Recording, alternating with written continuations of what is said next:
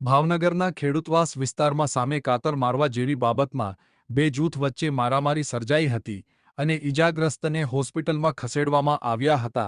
આ મામલે સામસામી Ghogha road police સ્ટેશનમાં ફરિયાદ નોંધાતા પોલીસે આરોપીઓને ઝડપી લેવા ચક્રો ગતિમાન કરીને 4 આરોપીઓને ઝડપી લઈ આગળની કાર્યવાહી હાથ ધરી હતી।